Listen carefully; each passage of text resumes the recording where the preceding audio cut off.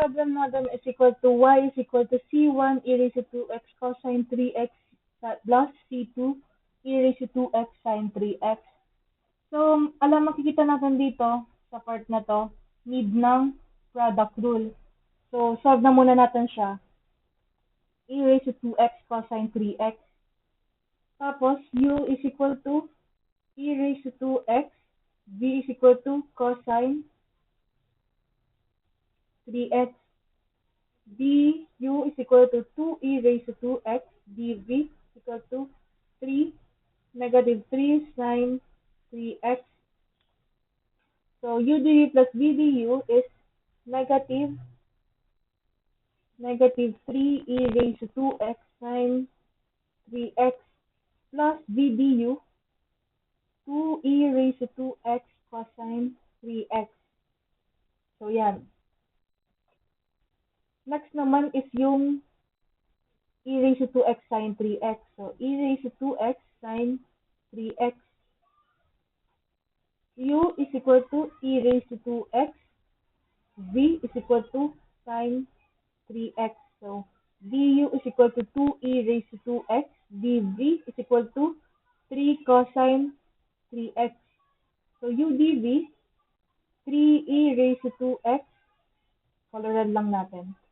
3e raised to 2x cosine 3x plus vdu giging 2 plus 2e raised to 2x sine 3x. So, yan na yung value niyan. So, yan na. Pwede na natin itong substitute dito, tapos dito. Pag differentiate na natin siya. So, y prime equal to copy c1. Palit natin to. So, copy natin to dito.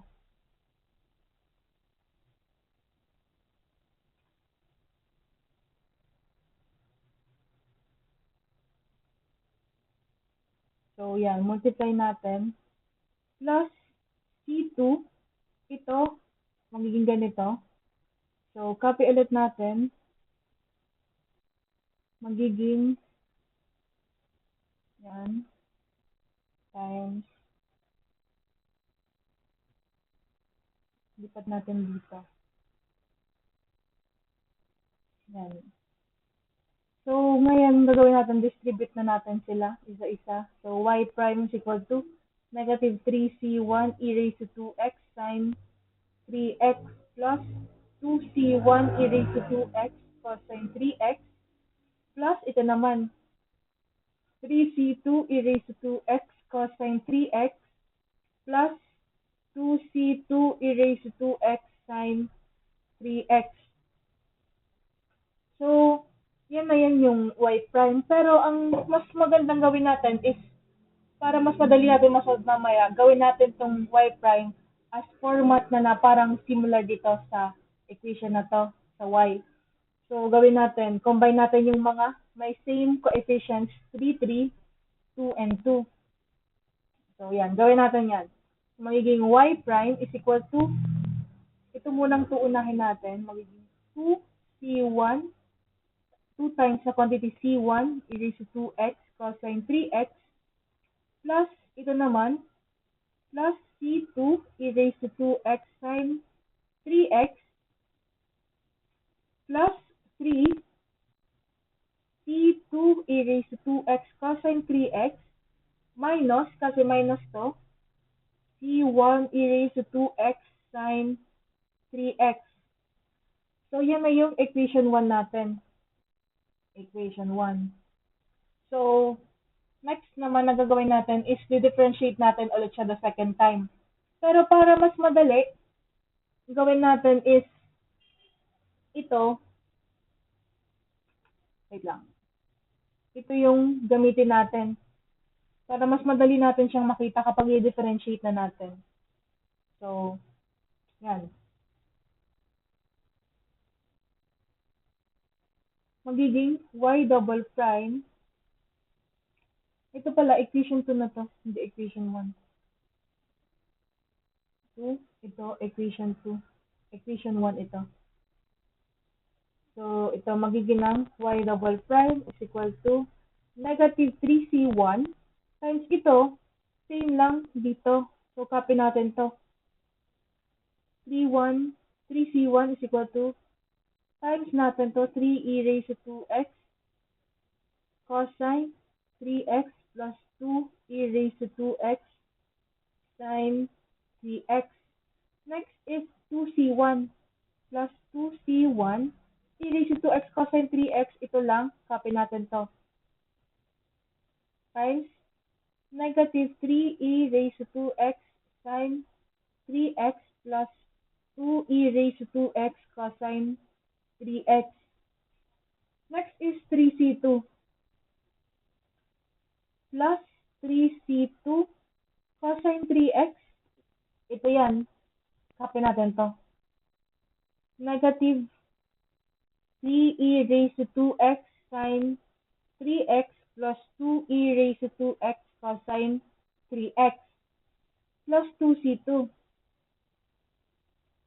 Itong ano na to, e raised to 2x sine 3x, ito yan, copy natin to. So, 3e raised to 2x, cosine 3x plus 2e raised to 2x sine 3x. Yan, i-simplify na natin to.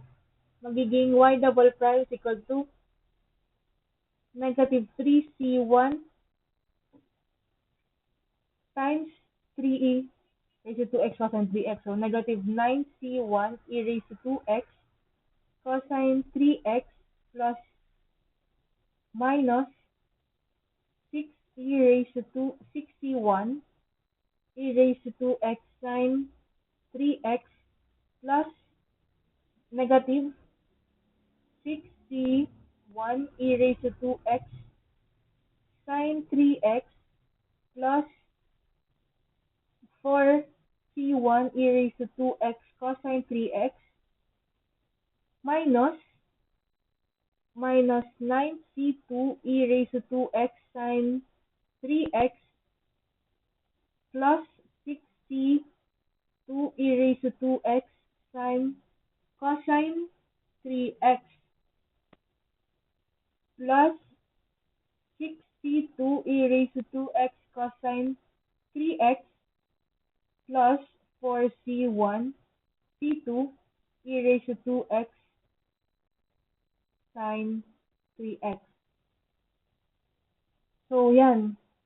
Medyo mahirap pa siyang tignan, pero simplify natin kasi may mga like terms yan. Delete na muna natin tong part na to. So, yan. May mga makikita tayo dyan na like terms. Ito yan. Hanapin natin yung c1 e raised to x cosine 3x. Ito yan. So, negative 9 plus 4 is negative 5. So, y double prime is equal to negative 5 c1 e raised to 2x cosine 3x. Tapos, hanapin natin yung c1 e raised to 2x. Ito yan. So, negative 6 plus negative 6, negative 12. So, negative 12 c1 e raised to 2x sine 3x. Next naman natin, cancel na natin to para hindi na natin matignan. So, c2 e raised to 2x sine 3x, ito yan. So, negative 9 plus 4 is negative 5. So, negative 5 c2 e raised to 2x sine 3x plus ito naman. So, 6 plus 6 is 12. So, plus 12 c2 e raised to 2x cosine 3x. Erase lang natin tong part na to para may space.